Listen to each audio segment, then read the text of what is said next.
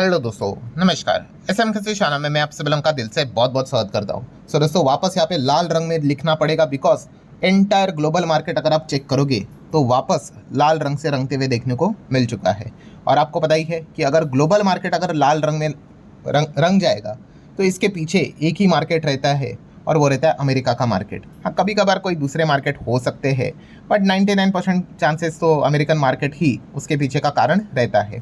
सो आज के भी अगर बात कर ले दोस्तों, तो ग्लोबल मार्केट में जो यहाँ पे अभी जो त्राई त्राई यहाँ पे मची है उसके पीछे अमेरिकन ही मार्केट है। डाउ की अगर बात कर ले तो चलो डाउ तो इतना नहीं है, 250 पॉइंट के आसपास नीचे, बट अगेन हम लोग यहाँ पे चेक कर ले, मतलब शुरुआत तो अच्छी थी, हरे रंग में चल रहा था, पर उसके बाद आप देख सकते अभी वीडियो बना रहा हूँ तब तक तो लाल निशाने पर। अभी जैसे मैंने कहा कि सबसे बड़ा जो प्रॉब्लम है वो है नैस्डैक में। प्रॉब्लम मतलब अभी ऑब्वियसली ना, अब इतना ज़्यादा भागा है तो गिरावट भी उतनी ही ज़ोरदार यहाँ पे रहती है। कोई भी कारण यहाँ पे मिल जाए तो पिटाई तो होगी ही होगी। ऐसा कभी नहीं होगा भाई कि तेज़ी एकदम रॉकेट की तरह एंड गिरावट एकदम स्लोली स्लोली स्लोली करके नीचे आए, नहीं, गिरावट भी भाई एकदम ज़ोरदार यहाँ पे रहती है। सो फ्राइडे के दिन हम सभी लोगों ने देखा था मार्केट में ज़बरदस्त गिरावट थी। नैस्डैक में ऑलमोस्ट 1100-1200 पॉइंट तक मार्केट नीचे गिरा था नेट गिरावट की अगर बात करें। वैसे ही सिनेरियो अब सेम नैस्डैक में नजर आ रहा है। आप देख सकते हो 2.75 700 पॉइंट की गिरावट है। और जिस प्रकार से नैस्डैक टूट रहा है, ठीक है, आप देख सकते हो लोअर लो काट काट कर नीचे आ रहा है।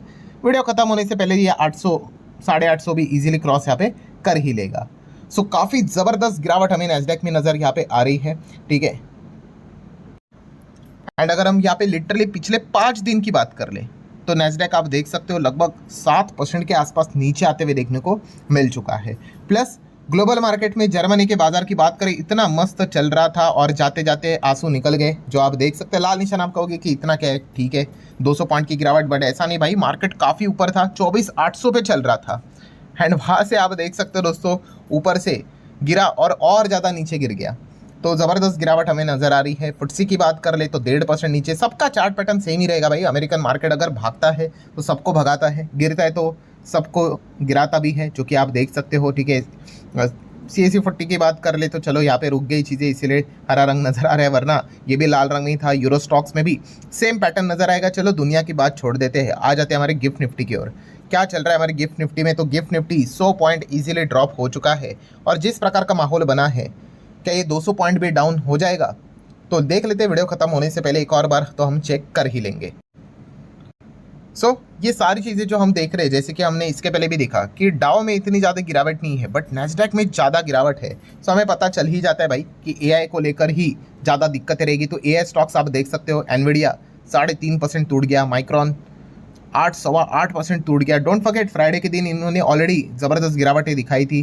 देन बहुत सारे आपको मिलेंगे, जैसे कि AMD की बात कर ले 8-9% नीचे है। पैलेंटियर की बात कर ले 5.5-6% नीचे। इंटेल की बात कर ले 8-8% 7-7% नीचे। मार्वल टेक की बात कर ले, वो तो उस दिन भी 15-16% गिरा था, आज भी 13% यहाँ पे टूट चुका है।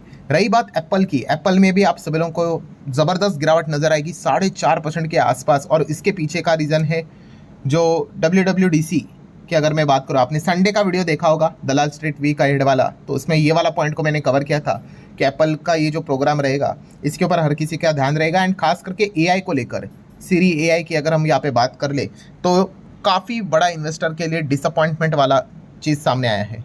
किस चीज़ के चलते? Huge uncertainty because lack of clear launch timeline for its newly announce Siri AI platform.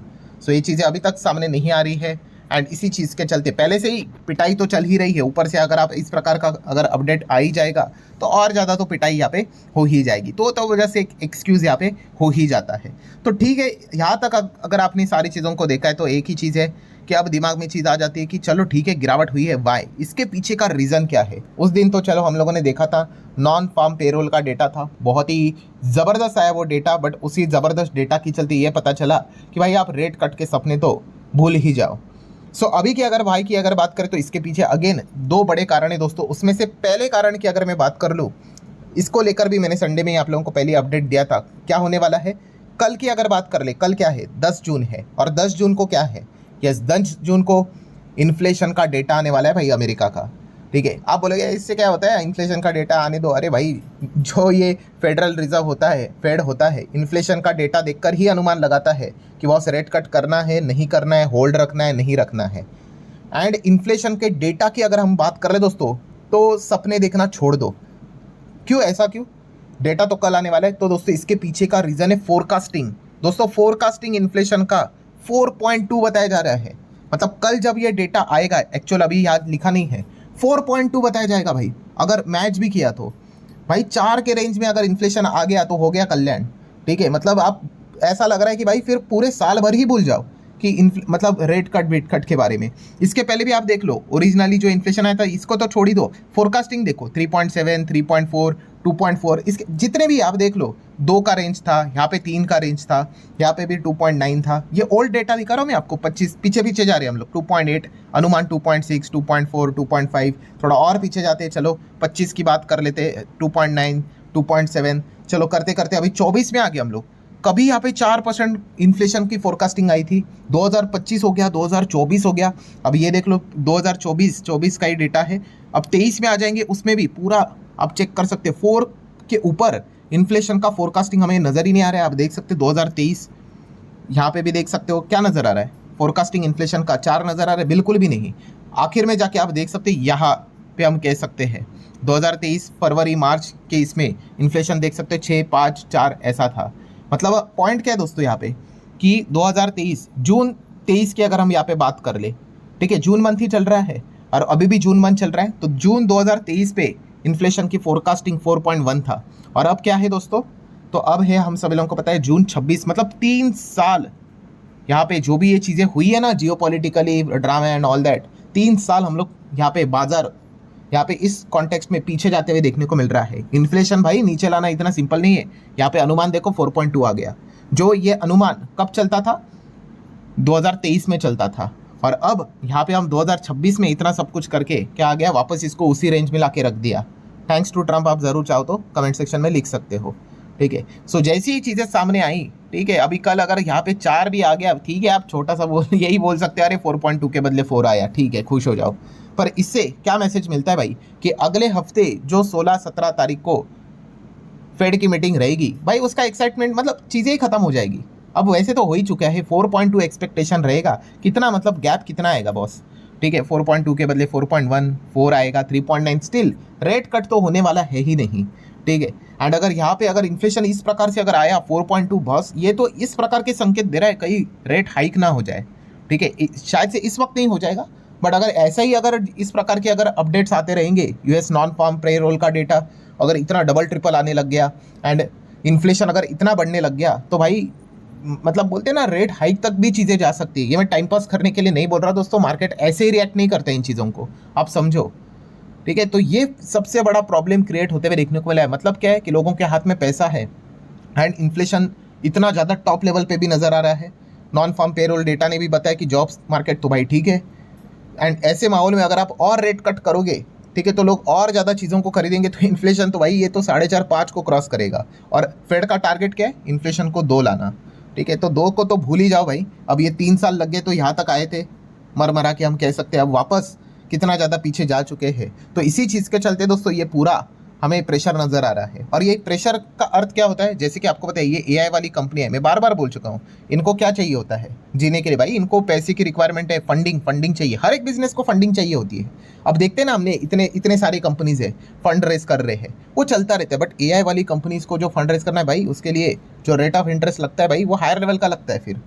तो ये सबसे बड़ा दिक्कत है, रेट कट होगा तो उनको सस्ते ब्याज के ऊपर पैसा मिलेगा। तो ये दिक्कतें एआई वाली कंपनीज के लिए बढ़ते हुए देखने को मिल जाते हैं। और जब भी इस प्रकार की खबरें आती है तो एआई वाले स्टॉक्स यहाँ पे गिर ही जाते हैं। तो ये एक सबसे बड़ा कारण हमें नजर आता है। देन पॉइंट नंबर 2 जिसकी चर्चा चल रही है, जो गलत भी नहीं है, कौन सा, कि भाई आईपीओ, बड़े बड़े आईपीओ, उसमें से तो स्पेसएक्स का आईपीओ बहुत बड़ा दिग्गज आईपीओ है, तो इसमें पैसा लगाना है तो किधर से तो पैसा निकालना पड़ेगा। तो इस चीज़ के चलते तो बहाना चाहिए प्रॉफिट बुकिंग का, तो ये बहाना प्रॉफिट बुकिंग से रिलेटेड एआई कंपनीज में मिल ही रही है।